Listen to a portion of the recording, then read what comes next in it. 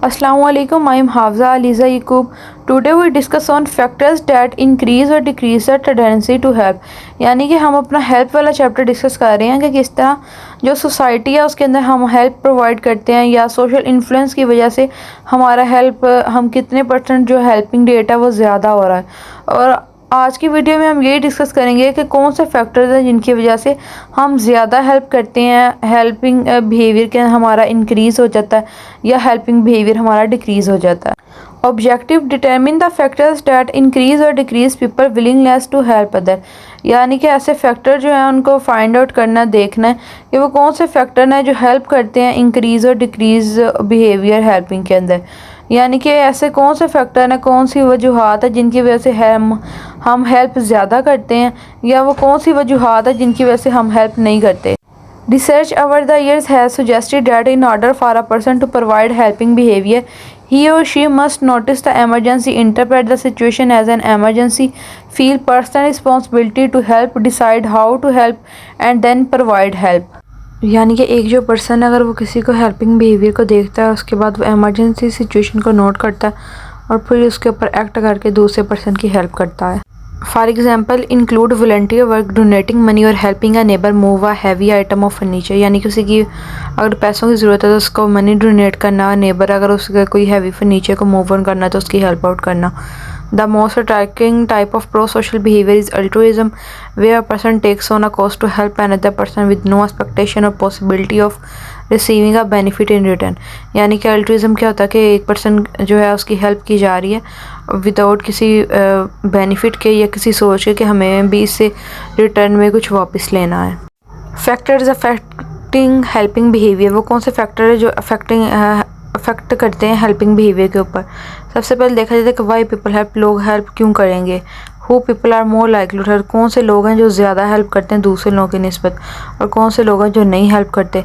When helping behaviour is more likely to कर, वो कौन सी सिचुएशन होती है जिसमें हेल्प ज़्यादा की जाती है या कौन सी सिचुएशन होती है जहाँ पे हेल्प ज़्यादा नहीं की जाती। पीपल हेल्प क्यों करते हैं, ताकि वो अच्छा फील करें, उनको अच्छी फीलिंग आए और उनको एक जो वो रिटर्न में भी वापस ले सकें और अच्छी शोहरत के लिए। और who people are more likely to help, कौन से लोग ज़्यादा हेल्प करना पसंद करते हैं, जिनको अंदर जो दूसरे लोगों को हेल्प करता हुआ देखते हैं या जिन्हें जल्दी नहीं होती तो वो हेल्प करना पसंद करते हैं। और हेल्पिंग बिहेवियर ज़्यादा अक्सर उस वक्त होता है जब बाई स्टैंडर्ड पीपल जो हों वो ज़्यादा ना हो। एक पर्सन है तो उसको पता कि मैंने हेल्प करनी है, और अगर ज़्यादा लोग हों तो फिर वो एक दूसरे के ऊपर डिपेंड करते रहते हैं कि मैं नहीं तुम हेल्प करोगे। तो अगर एक पर्सन हो तो वहाँ पे फिर ज़्यादा हेल्पिंग बिहेवियर अक्सर होता है। Altruism is an unselfish concern for other people, doing things simply out of a desire to help, not because you feel obligated to out of duty, loyalty or religious reason. एक person की help कर रहे हैं उसके पीछे reason ना तो कोई लॉयल्टी है, ना कोई वो ड्यूटी है, ना कोई हमारी रिस्पॉन्सिबिलिटी है और ना कोई और रिलीजन पॉइंट है। बस वो एक अनसेल्फिश वे के अंदर वो हेल्प की जा रही है ताकि नेक्स्ट पर्सन जो है उसको अच्छा फील हो। Although emotional response such as guilt, personal distress and empathy are important determinants of altruism, it is a social situation itself, the people around us when we are deciding whether or not to help, that has perhaps the most important influence on whether and when we help. कि ज़्यादा जब एक person कोई उसको कोई distress होता है, कोई गिल्ट फील हो रहा होता है तो वो अपने उस गिल्ट को ठीक करने के लिए, अपनी पर्सनल स्ट्रेस को दूर करने के लिए वो दूसरे पर्सन की जो है वो हेल्प करता है। ये फैक्टर होते हैं जो इंक्रीज़ करते हैं हेल्पिंग बिहेवियर को, ताकि ये वाले जो लोग होते हैं वो ज़्यादा लोगों की हेल्प करते हैं। या कोई पर्सन जिसे एम्पैथी फील हो रही है दूसरे पर्सन के साथ, सिंपैथी होता है दूसरे पर्सन के को कहना, अगर वो पर्सन कह रहा है कि मेरे साथ ऐसी सिचुएशन है तो बस उससे हौसला देना। और एम्पैथी होती है कि ख़ुद को दूसरे की जगह पे रख के देखना। इस तरह जो है वो पर्सन जो है वो ज़्यादा दूसरे पर्सन की हेल्प करता है। Empathy altruism hypothesis, the theory holding that when we feel empathy for a person we will attempt to help him or her regardless of what we have to gain। यानी empathy एक person के साथ feel करना, और second जो point है वो altruism यानी बगैर किसी मुनाफे के किसी भी वजूहात के उस दूसरे पर्सन की हेल्प करना, उसके लिए मौजूद होना। Altruism helping another person with no expectation of receiving a reward, यानी बगैर किसी रिवार्ड रिसीव करने की एक्सपेक्टेशन उसके अलावा जो है दूसरे पर्सन की हेल्प करना। इस तरह जो है हेल्पिंग बिहेवियर इंक्रीज़ होता है। Pro social behaviour that help other regardless of the helpers motive, यानी कि सोसाइटी में दूसरे पर्सन की हेल्प करना factors that increase pro social behaviour, वो कौन से फैक्टर हैं जिससे प्रो सोशल बिहेवियर जो है वो ज़्यादा प्रमोट होता है या हेल्पिंग बिहेवियर जो है वो ज़्यादा आगे जाता प्रमोट होता है। Helping other similar to our self, यानी हम दूसरे पर्सन की हेल्प करते हैं अगर वो हमारे साथ सिमिलर हो। अब सिमिलर फॉर एग्जांपल अगर एक मेल पर्सन है और उसको हेल्प की ज़रूरत है तो उसकी हेल्प जो है दूसरा मेल पर्सन करेगा क्योंकि वो उसे अपने जैसा सिमिलर लगता है। इस तरह फीमेल की हेल्प फीमेल करेगी। या अगर हम एक तरफ पाकिस्तानी को हेल्प चाहिए, हम पाकिस्तान से ताल्लुक़ रखते हैं, अगर एक तरफ पाकिस्तानी को हेल्प चाहिए दूसरी तरफ इंडिया कोई पर्सन है तो हम जो हमारे से सिमिलर है जिसका हमारे साथ उसका कंट्री सेम है, हम जो पाकिस्तानी पर्सन है उसकी हेल्प करेंगे बनिस्बत दूसरे पर्सन के। Playing pro social video games, अगर हम प्रो सोशल वीडियो गेम्स को प्रमोट करें और उसको खेलें और उसके अंदर जो है उसको देखने से जो एक पर्सन है उसके अंदर हेल्पिंग बिहेवियर डेवलप होता है, तब भी जो नेक्स्ट पर्सन है वो हेल्प ज़्यादा करता है और इस तरह हेल्पिंग बिहेवियर जो है वो इंक्रीज़ हो जाता है।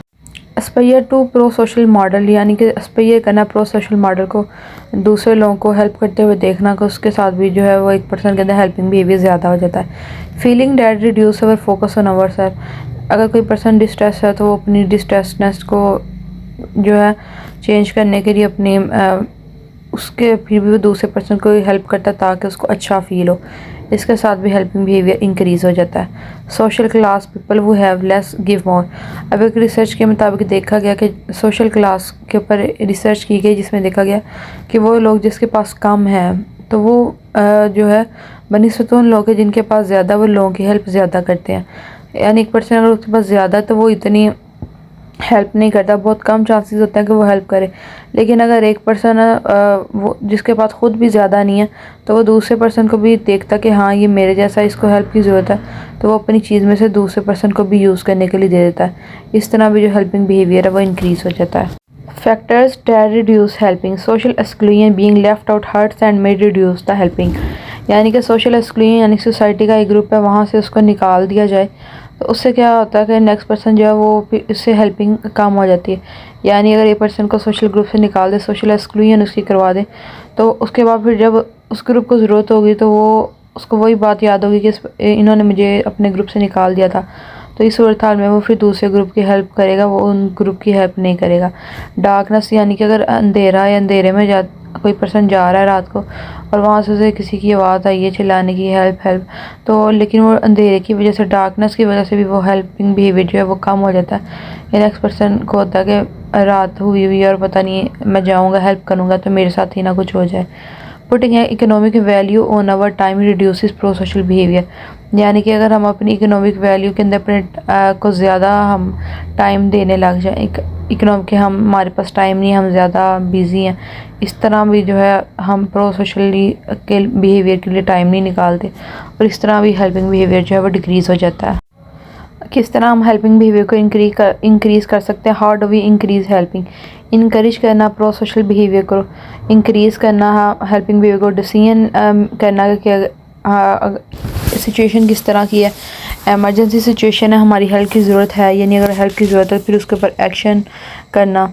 और इन ग्रुप जो है वो पर्सन जो है वो ज़्यादा हेल्पिंग करता है बनिस्बत आउट ग्रुप के, अपने लोग जो उससे सिमिलर होते हैं उसके वो ज़्यादा हेल्प करता है। What usually prevent us from helping other, दूसरे की हेल्प से हमें कौन सी चीज़ जो है वो प्रिवेंट करती है, रोकती है? The emotional coast are demand to high such as when individual feel अवली threatened, insecure, ना personally accountable for offering help, they will be far less inclined to exhibit adapted helping behavior। और robust field of research indicate when people are willing to offer help, यानी अगर एक person है वो offer करता है कि हाँ मैं इस पर्सन की हेल्प करूँगा और उसको कोई थ्रेटनिंग कॉल मिलती है कि अगर तुम इसकी हेल्प करोगे तो तुम्हारी अपनी जान का नुकसान होगा, और इस वजह से भी जो एक पर्सन है वो हेल्प करना जो है उसका बिहेवियर कम हो जाता है। इसके अलावा ये एक बाईस्टैंडर्ड इफ़ेक्ट जो होता है जिसके अंदर तमाम लोग वो खड़े होकर ये देख रहे हैं कि दूसरा पर्सन हेल्प करेगा, दूसरा कोई और हेल्प करेगा, वो एक दूसरे के ऊपर डाले जा रहे हैं, उसके साथ भी जो हेल्पिंग बिहेवियर है वो डिक्रीज़ हो जाता है।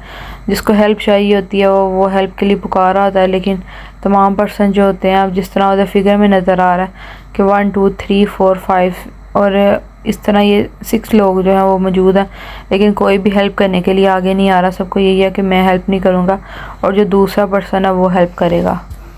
Like the video and subscribe the channel. Thank you for watching.